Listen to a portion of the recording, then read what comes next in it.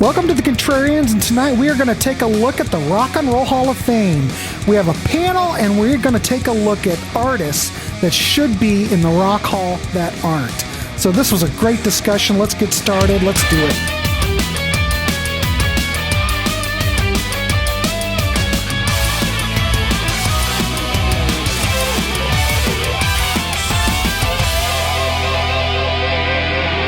Welcome to the Contrarians, and tonight we have a full panel.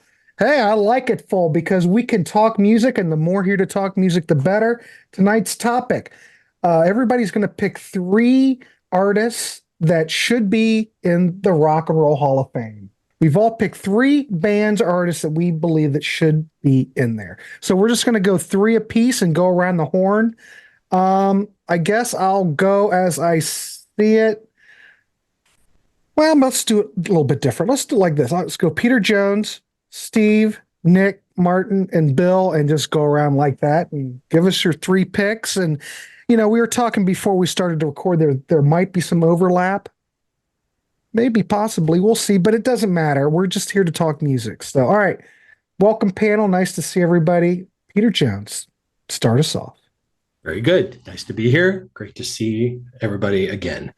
We'll get right straight into it. Number 3, eligible since 1995.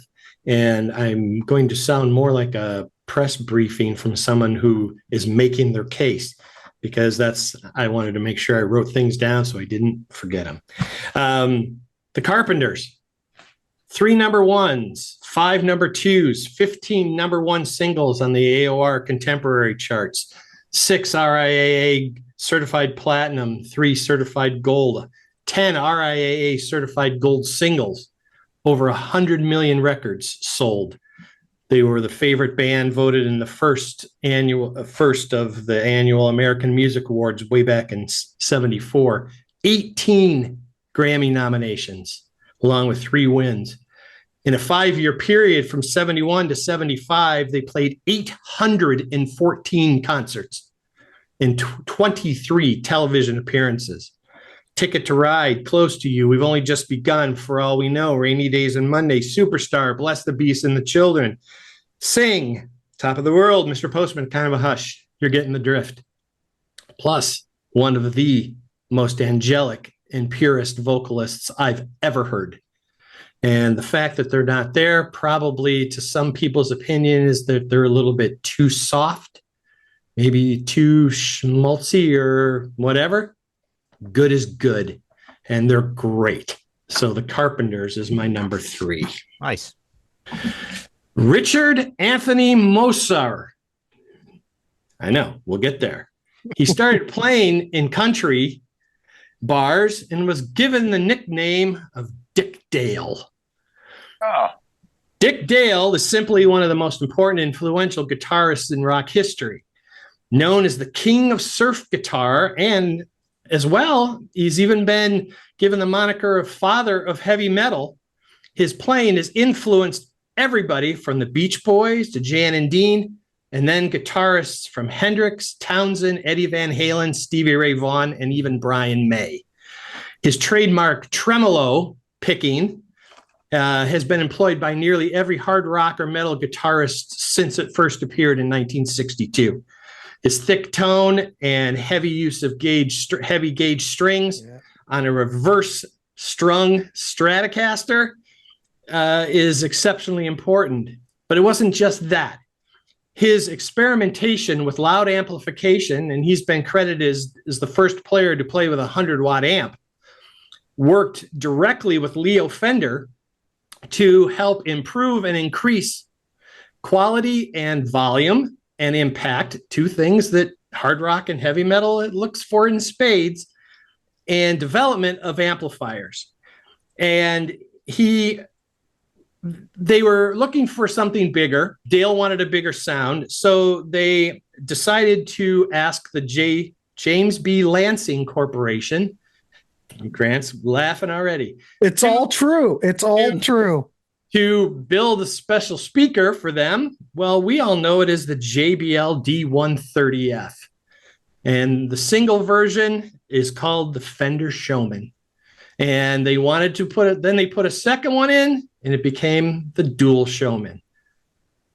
There's no Ted Nugent sound without this amp, folks. Direct correlation. The British invasion quickly put an end to surf guitar, and by 64, it was kind of pretty much over. But he had already established a long legacy of innovation, playing style, tonality, the fact that he has not received one nomination, despite being eligible since 1998, is a travesty and needs to be corrected immediately. Dick Dale. The other thing about Dick Dale, now you're getting me, I love this. Now you're getting me all worked up, Peter Jones, is that he never stopped touring. Nope. I saw him play at the Newport and Columbus, probably in the 90s or something. He had his amplifier heads, his reverb units hanging off the floor. Yep. He had his dual Showmans, and he was loud and he was aggressive, and it was like nothing I'd ever heard. And it's true. If you put distortion on a surf guitar sound, you've got metal. That's where it came from. All it is you distort it and you've got metal. That's just all. Watch Eddie Van Halen's right hand during the Hot for Teacher video. That's tremolo picking right there. Mm-hmm. And while he disappeared for a while, he made a big comeback when the 62 hit Miserlou appeared in Pulp Fiction. Yep. And even for a brief second in Space Jam.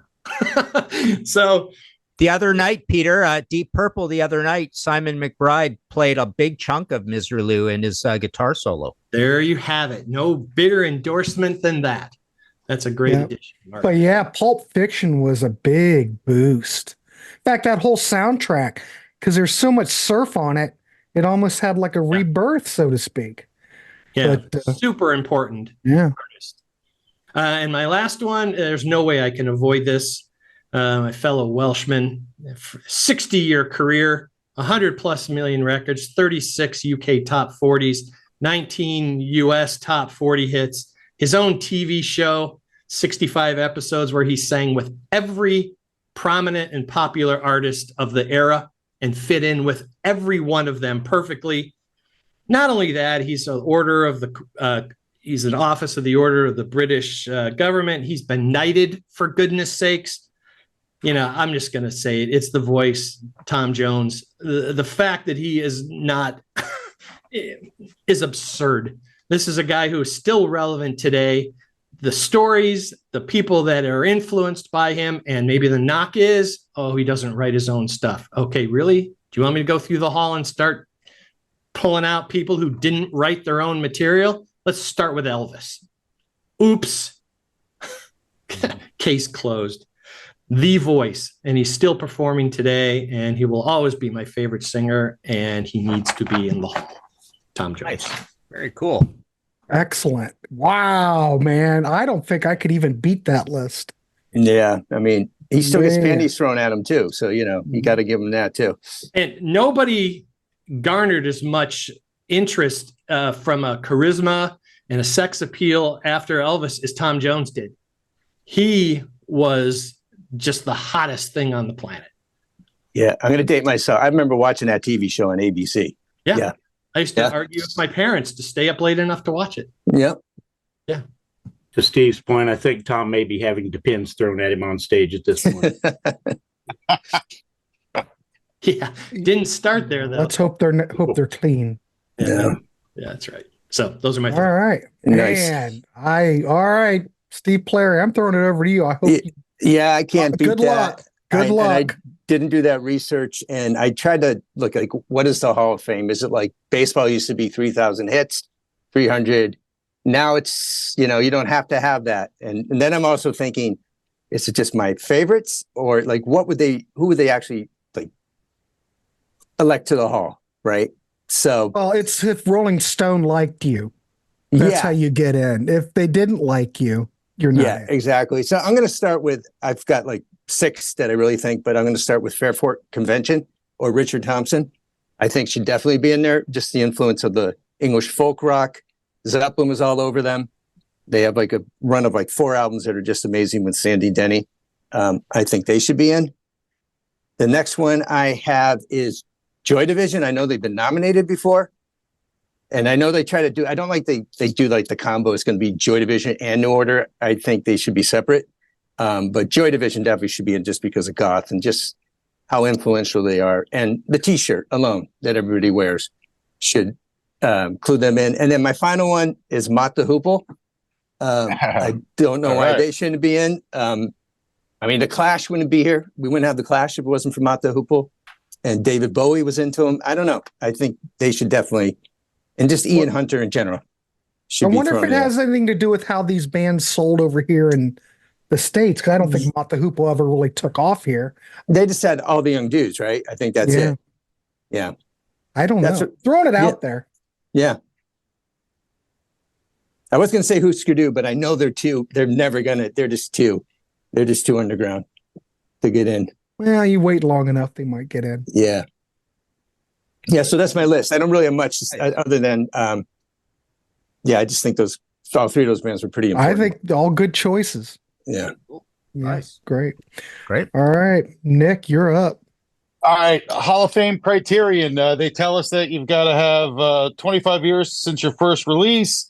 They say some of their criteria, what's the artist's influence, significance, and overall contribution to the development of rock and roll music? What is their influence on other artists? What is the length and depth of their career? You should factor in their body of work, whether there's any innovation and superiority in style and technique. That's according to the Hall of Fame. I also think, personally, that if you want to be inducted to the Rock and Roll Hall of Fame, you should at least have self-identified as a rock and roll artist over the years. If you have not self-identified as a rock artist, I don't think you have any business being there. And there's a whole lengthy list of people that have never self-identified as a rock and roll artist. So that's part of my criterion. I'm going to give you three, and they all have a Canadian connection. So my first one is going to be this band right here, Steppenwolf. Steppenwolf has 3 top 10 hits, 3 other top 40 hits. They've got gold singles. They've got 7 gold albums, 1 platinum album. On the strength of one song alone, I would argue that song is in the top 10 most influential songs in rock and roll history. Born to Be Wild. That song is an anthem of a generation. It is the anthem of the motorcycle community. Any band that's ever played, cover band has played that song. That song still exists. Of course, it was made even more popular by the movie Easy Rider, but that song itself and the influence of that song itself, to me, propels that band into a stratosphere that deserves consideration at Hall of Fame. I understand that the song itself is in the Hall of Fame now in some new category for Hall of Fame singles, but I think the band itself should be in. They had a 5-year career, took a break, came back for a couple years. They've had crazy lineup, crazy history, which most of us know about. But then since 1980, John Kay was the leader and played for almost 40 years. Headliner. I think that band was almost like a do-it-yourself, very independent kind of band. I don't know if that kind of hurt them in a way. They sort of just marched to their own drummer, and you didn't see them on major festivals that I'm aware of. You didn't see them doing their thing, but they're probably on any given night over the last 30, 40, 50 years were playing some outdoor event or some theater somewhere in the United States of America. So, and of course, we know the Canadian connection, that half the band was from Canada, the other half from the U.S., and then, of course, they had a lot of lineup changes. But I would go with that band. The other 2 singles, by the way, that we know of, I think it was a number 2 hit in the States, was Born to Be Wild, but number 3 was Magic Carpet Ride, and they had another top 10 with Rock Me. So that'd be my first choice. Second choice, another Canadian band, and it would be the Guess Who. This band deserves to be in. They kind of rode that line. They were an AM band and they were an FM band. So they had a lot of hit singles. There's about 10 of them that we all should know. They sold a ton of albums. Everybody knows who they are, whether you're come from the AM point of view with singles or FM, more album oriented stuff. Allegedly, they sold 60 million worldwide, 20 million in singles. In Canada alone, 11 gold albums, 5 platinum. In the US, 5 gold, 3 platinum. And if you can go to a concert, well, you can't go see Guess Who now and see most of the songs, but if you go to see Burton Cummings, you're going to know at least 10 songs right off the bat, and you're going to know those songs by heart. So to me, I think that deserves consideration. That band should be in that Hall of Fame, regardless of their kind of odd history. And ripping through, this is a little more tenuous Canadian connection, but one of their members, the lead vocalist, is now a Canadian citizen. But I'm going to go with this band, Bad Company. This band absolutely should be in the Hall of Fame. Their stats are absurd. They've got FM hits out the yin yang. They've sold millions and millions of albums. How about this? Their first album, 5 times platinum. This is in the U.S., by the way. The UK, other stats, Canada. Straight Shooter, 3 times platinum. Run with the Pack, platinum. Burning Sky, gold. Desolation Angels, 2 times platinum. And then in the 80s, they come back. They have 2 gold albums and a platinum album. 2 times platinum album from their greatest hits. Their songs have been a staple of FM radio. If you've ever seen a cover band, you've seen Bad Company. They boast probably a top 5 vocalist of all time in Paul Rogers, now a Canadian citizen. And the fact that they're not in there, and if rock and roll is sort of the music of the people, putting sort of academics aside, I mean, Bad Company was a very popular and influential band. So I don't know how you can ignore that band, especially when, and we could play the game too. I'm sort of looking at, I looked at the rock and roll criterion. I think these 3 artists meet the criterion. We could also compare them to some of the nonsense that's in there now. I'm not going to belittle them right now, but we can get into it too. But there's people in that Rock and Roll Hall of Fame that have never self-identified as rock, have never influenced anybody in rock, and therefore when you do that kind of comparison, these 3 artists, as well as the others I've mentioned that I've heard here tonight, they all deserve to be in there. Nice. Hey, by the way, there's another Hall of Fame in Cleveland. This is the Cleveland style polka Hall of Fame. If you're going to go to the Rock and Roll Hall of Fame, you got to go to Euclid and go to the Cleveland style polka. So it's just as much fun. A little smaller though. Wow. That's amazing. We used to have polka night on Sunday nights on TV where I grew up. All right. We should bring that back. Yeah. I'd love it. It's just a metal beat, really. Polka's metal in a way. The drum beat. It's heavy. Yes. Just run it through a Marshall. Al Yankovic would agree. He would. All right. Thanks, Nick. Wow. Man, I'm looking at my picks and I'm questioning myself. Okay. Martin, let's hear it. You're up.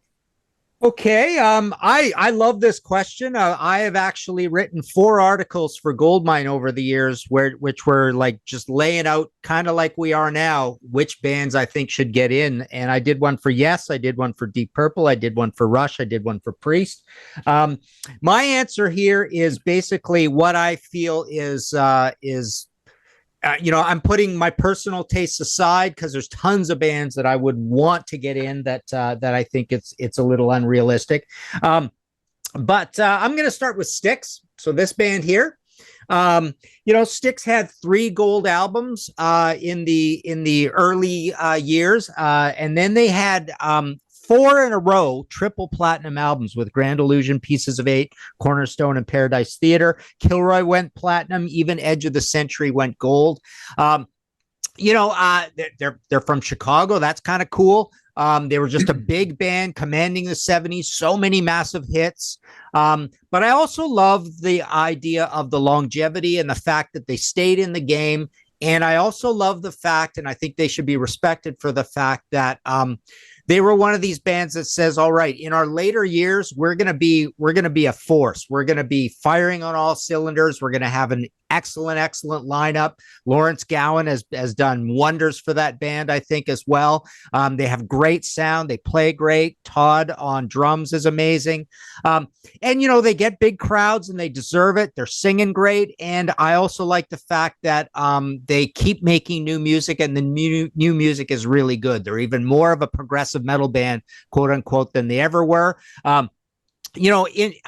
Influential, inspirational, hard to say. They're a little bit like a progressive metal band. They're a little bit like a pomp rock band. They might have influenced a little bit that whole late 70s pomp rock thing into sort of the heartland rock feel that you get from the 80s out of your John Mellencamp's and your Sammy Hagers and your Night Rangers and all the Midwest rock type acts.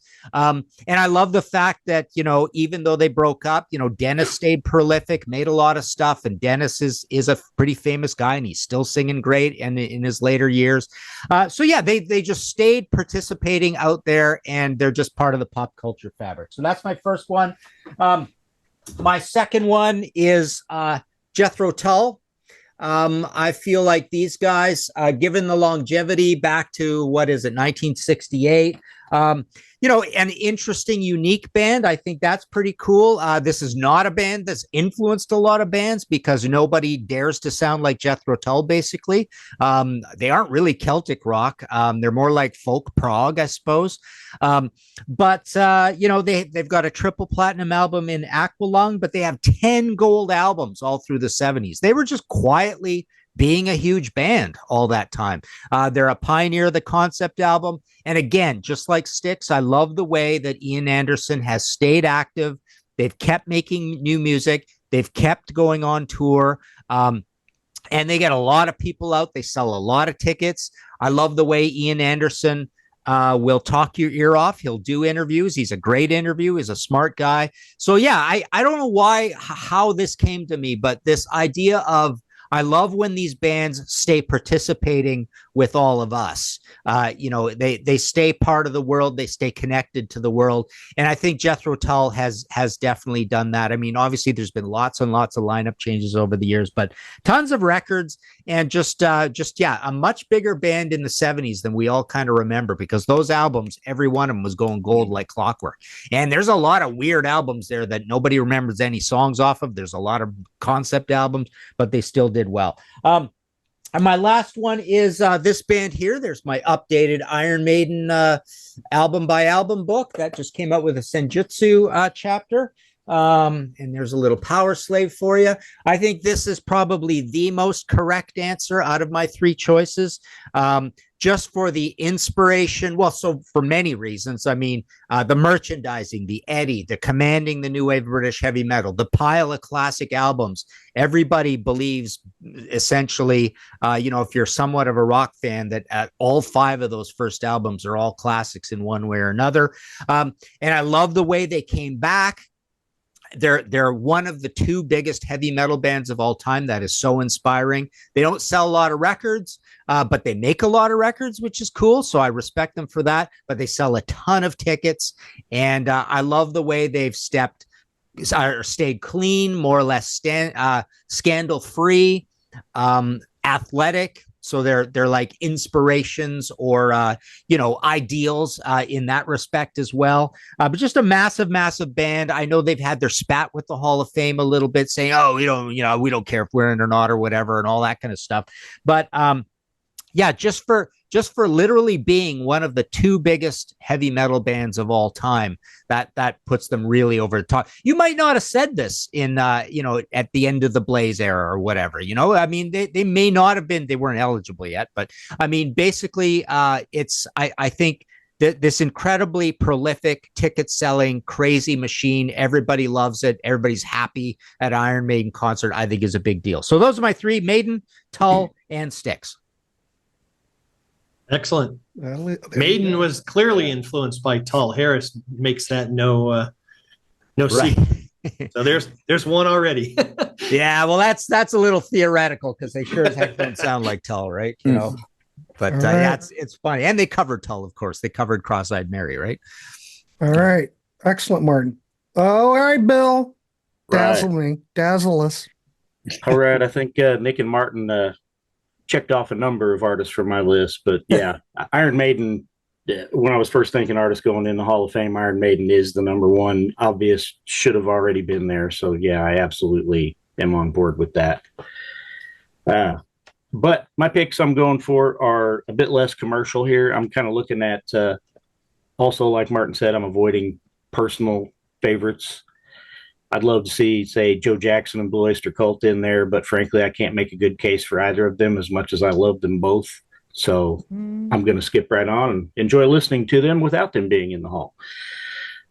But who is going in the hall? At first, I was going to say Poco would be a good choice. until I realized that someone who came before them in the general area of country rock was still not in. And that surprises me because he should be all over their radar. And I think that's true of more than one of my choices here. This is somebody who the normal gatekeepers should have let in a long time ago. And it's Graham Parsons. Yeah. He virtually invented country rock. He is the known pioneer. I mean, the International Submarine Band, and straight into this in particular, Sweetheart of the Rodeo. And it wasn't just his one album with the Byrds. It was also the Byrds continued on after him, and Roger McGuinn continued that sound for further Byrds albums for the rest of their career into the 70s.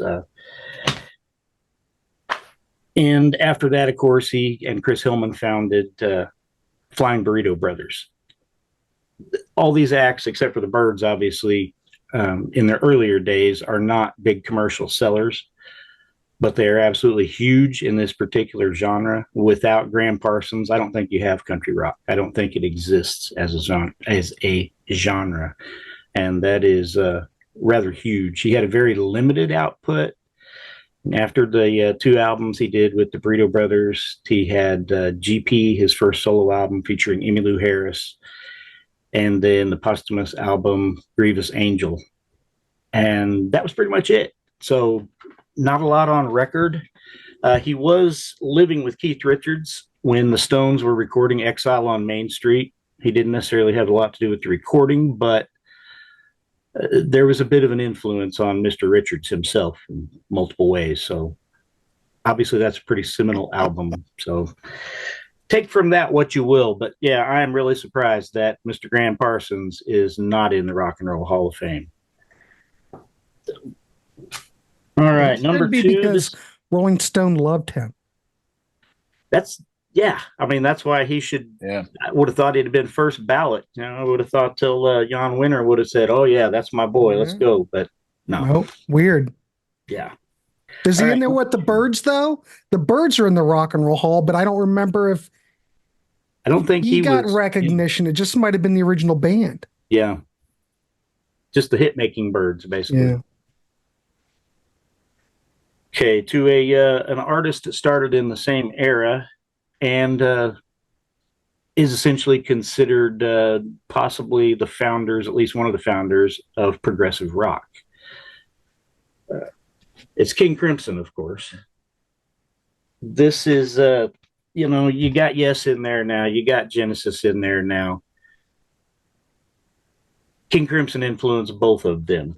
King Crimson influenced countless other lesser-known progressive rock bands of that era, just with their first 5 years worth of recordings with those various lineups that they had shifting around Robert Fripp. And then, of course, they came back in the 80s with Adrian Belew lineup, and that has a huge fan club as an influenced a whole other set of artists. And then they came back again with the double trio in the 90s, and Fripp has continued here and there making various versions of King Crimson and successfully touring, limited recording, but he's always on YouTube with his wife. To go to Martin's point about staying engaged with the audience, he's constantly making goofy videos and absolutely engaging with the audience there.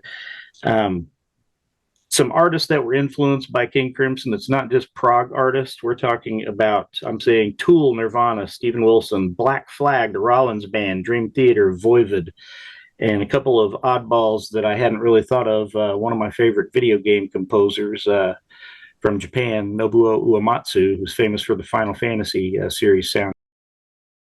And noise artist Merzbow, for those who have heard of Merzbow, it has considered King Crimson an influence. So this goes way beyond one genre. Progressive rock is obviously the main thing they're known for. And yeah, how many times have we seen this image? This is iconic, no matter if you like or love the rest of their catalog to whatever degree. You have to acknowledge at the bare minimum the influence of In the Court of the Crimson King. Neil Peart has talked about Michael's drumming on the debut album being an influence on his own style. So there's another. All right. So beyond King Crimson, I'm going to go a little bit further, and I'm going to take it back a bit to one of Pete's artists, Dick Dale. Dick Dale was a pretty clear influence on my third pick. It's the Pixies. This is Doolittle, their most famous album. They're another band that seemed like a no-brainer for the Rock Hall because they're a cool hipster critics' favorite band. They weren't super popular back in the 80s when I was getting into them, though Doolittle at this point is platinum. And I believe Surfer Rosa is gold, their previous album. But again, their influence is absolutely huge. Nirvana in particular, Kurt Cobain absolutely singled them out and said when he wrote Smells Like Teen Spirit, he was essentially ripping off the Pixies, making a Pixies song. And we all know how influential that song and that band and artist were. And without Pixies, no Nirvana, no Smells Like Teen Spirit. And you can take that to further, especially alternative rock bands throughout the 90s and the 2000s. Some of the people who were influenced or praised the Pixies: Radiohead, David Bowie, U2, Alice in Chains, Pavement, Weezer, Bush. Their stop-start dynamics and the quiet, loud nature of their music was hugely influential. I never noticed it at the time when Nirvana came out, but it should have been obvious in hindsight because I'd already been listening to the Pixies, and yeah, Kurt was right. He did rip off their sound. So, and yeah, the mention of Dick Dale is because, of course, part of the Pixie sound is surf rock. That was one of their biggest influences. That the guitar in particular from Joey Santiago. And I don't know that Frank Black's or Black Francis, whatever he chooses to be called on any given day, don't know that his particular vocal style has been hugely influential, but it's, even though they're not a metal band, his voice is certainly metal. I think he could absolutely front a metal band with that. Wah, rah, rah, rah. Maybe he influenced some of the more hardcore elements of modern metal with that particular vocal style. But I'm just kind of winging it there and blowing smoke out my own ass. So, you know. Well, and you got the Steve Albini connection there too. Absolutely. With that. Yeah. Yeah. Kurt picked him to produce In Utero because he loved the sound of Surfer Rosa that Steve produced. So yeah, that's a direct connection also. Sweet. Nice. Yeah, so that's my three. I had a few other on the possibilities list. Man, I am not Grant, worthy. who do you got left? I am not worthy because everybody on this panel, absolutely, I agree 100%. God darn. All right. Well, you know, if I'm on a panel, we're going to mix it up a bit. I'm going to, God, here we go. Brace yourselves. I'm going to go with a band or an artist that knocked the Beatles out of their number one spot in 1967 with Sgt. Pepper. This band sold a lot of records. Many of their albums and singles went gold and double platinum. They had global impact. Music charted just not in the US, but the UK, Australia, Japan. Huge. Their reign was short, but they still have influence today. We've lost nearly all the members, but one member is still out there touring. They had a damn television show. That's how it all started. And it was big from 66 to 68 because I remember watching reruns like in 1969 on Saturday, and I was mesmerized. But like I said, they've had a lot of reunion tours, a lot of impact. If you know, a lot of the kids in the 60s that they had younger brothers and sisters, this was their band. And we know that they were made in a test tube, but whatever. The songwriting's great. The productions are great. They all can sing. They all can play. They took over the reins in 1967 with the album Headquarters. They played everything on it. They still use some outside writers, but they used a lot of writers that probably no one ever heard about, like Michael Murphy made his presence. We heard Neil Diamond, I think you meant to say. Well, Neil Diamond, but oh man, the guy that did Harry Nilsson. Yeah. I mean, they had a lot, and a lot of these people were their friends, so you know they all tried to help them out. But the Monkees, for crying out loud. Yeah, you might, back in the day, you might have chuckled about it. The Byrds kind of wrote a song about it, so you want to be a rock and roll star, but still, today, their cultural impact and the fact that when they got together in the mid 80s and started to tour again, they had that resurgence on MTV. It was wonderful. That's exactly what we needed.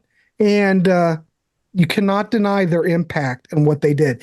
You know, the Rock Hall, you could always say, is that it's kind of a joke. You know, you're not only taking rock and roll in, you're taking rap in, you're taking all kinds of things in. You might as well have the Monkees in there too, because in the end, they did turn out to be a real band, could play their guitars. And, you know, Mike Nesmith's a hell of a songwriter. They were all very talented. They wouldn't have been in that position if they wouldn't. So another person who I think that deserves to be in this is a musician's musician. Rolling Stone liked him. He didn't sell a lot of records, but you have to admit he was one hell of a songwriter. I think he's been I don't know, has he even been nominated yet? I don't think he's even been nominated yet, but he might have been, so I don't know. But, you know, he's humorous, he's dark. Lyrics are very complicated. He gave it a shot early in the 60s and didn't do it. He did a song for the Turtles on one of their albums in 67. Didn't really make it, but he got some traction later. Werewolves of London was a great song. Oh. Lawyers, Guns and Money, Excitable Boy. Holy crap. Unique voice, unique songwriter. Linda Ronstadt loved him. She did a version of Poor, Poor, Pitiful Me that was incredible. He's been covered a lot. Great in concert. Just go down, do your own search, check out Warren Zevon. And oh my God, if there's anybody that should be in the Rock Hall, Warren Zevon. I mean, he's a musician's musician. And fabulous. All his stuff is great. He never always got critical acclaim. Hey, maybe he didn't sell a lot. Incredible, though. All right.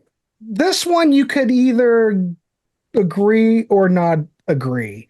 But I wouldn't say that Rolling Stone really liked this band so much back in the day. You wouldn't have thought that the way this band came about, I mean, is it even really a band? I'm going to throw it out there. It looks like a band on paper, but is this the wizardry, the mastermind of Tom Scholz? Is it all Tom Scholz? I don't know, but we're going to do a show tomorrow on Barry Goudreau on a one and done series. And I'll be damned. If you listen to that first Barry Goudreau album, my God, it sounds just like Boston. I keep throwing this out there. Who really is Boston? I don't know. Barry certainly sounds like Boston. But anyway, but you've got that. Think about the commercial success and the cultural impact of that first album from 1976. One of the all-time best debut albums, best-selling of all time. This is a record you can go out on FM Top Radio and listen, and they're playing every damn song from it still. The whole record is a hit. It was big. When I think 70s, when I think mid-70s, I think this. What other song, what other album encapsulates the 1970s? But it was very unique sounding. I mean, I don't know. Where'd the sound come from? Because Barry sounds just like it. I don't know. Great record, too. But they've had longevity. They've had relevance. They've never really went away. Think about it. They always chose quality over quantity. Tom Scholz, if I'm not ready, we're not putting a record out. They'd have huge gaps.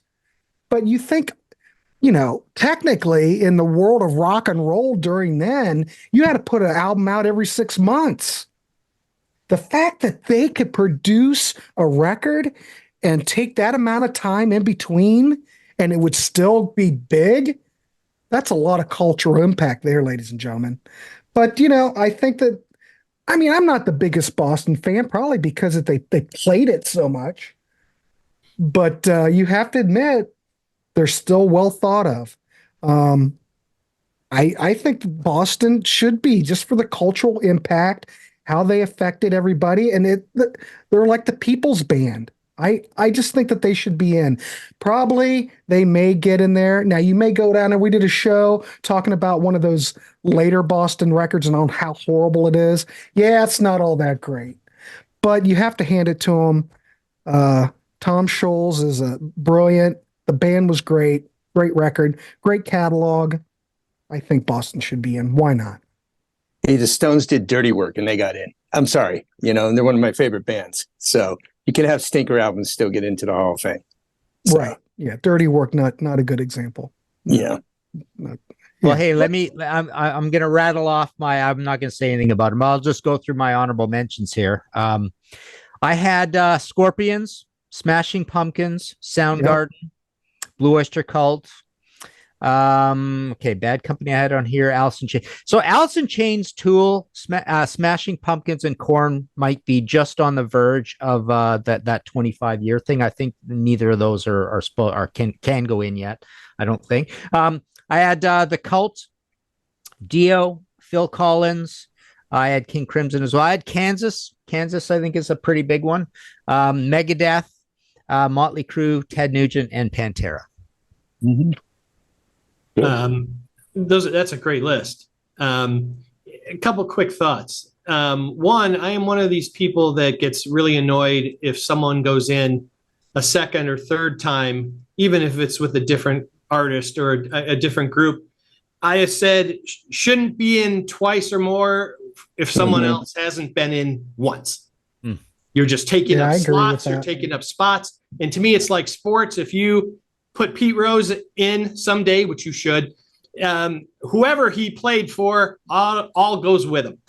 So if you pick somebody, you Paul McCartney's in, guess what? Everything Paul McCartney ever did gets honored. That's the way I look at it. So, but there's one artist that we hadn't mentioned, but Bill was dancing around it the whole time, was Emerson, Lake and Palmer. That's an absolute joke that you aren't doing that. Just take the three of them and break them into their own branches and add everything they did collectively. Wildly influential. Journey, and sometimes you have to have a band that is what they call the door knocker. Somebody had to kick the wall down first. Now that Journey is in there, you've got to have your sticks. We got to talk about Kansas. We have to talk about whether REO is appropriate. All these other bands that come along on their coattails.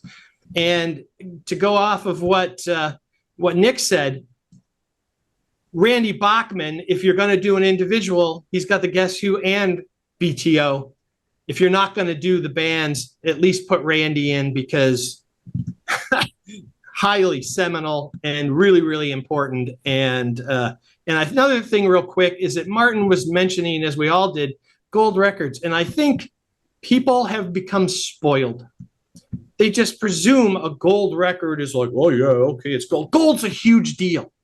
It's a huge, huge deal. And especially in today, when we look at, the Billboard, they debuted at 6. How many did they sell that week? 12,000. 12,000 is a lot of copies. But these aren't the numbers that we were looking at back then. They said, he sold 50,000 in the first week, 100,000 in the first 3 months, whatever. Gold is huge. It's even platinum is even more to be respected. So when you've got lists that rattle off a bunch of gold records, that's a huge deal.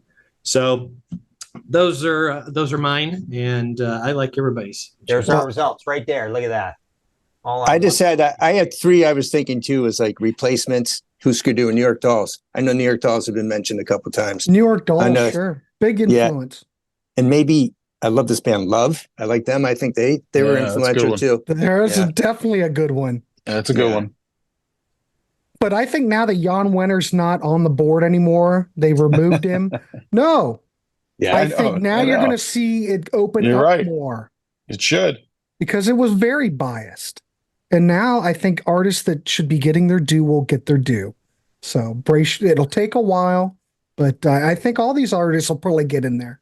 I love that we had no doubles. That is so cool. Yeah. I thought we'd see a lot of doubles. I've got a couple honorable mentions. I agree with Martin, and I think Bill, you sell them short. I think BOC should be in there. I think these guys should be in there too. Oh, definitely. Badfinger. I have 2 self-indulgent choices. If the Go-Go's are going to be in, the Runaways should be in. And this might be a little odd for people in the U.S. or Canada, but as I always beat the drum for Rory. He sold 20 million albums all over the world. No, he's He's in the You- same camp with Dick Dale. You talk to Yeah. guitarists. Right. His name Right. is The Edge, Brian May, Slash, on and on and on and on. Gary Moore. Blackmore. And by the way, he was a very important guy in Ireland.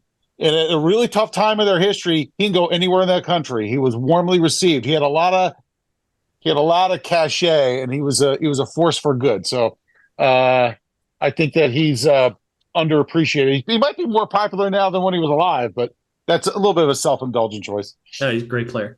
Sweet. Yeah. Nice. I got a few here too that All right, the Bill. backups. I'll echo Pete. I did have Emerson, Lake, and Palmer on my list. I meant to actually mention them carrying on from Crimson, so I'm glad you did. Harry Nilsson is another one. Mm-hmm. Yeah, good one.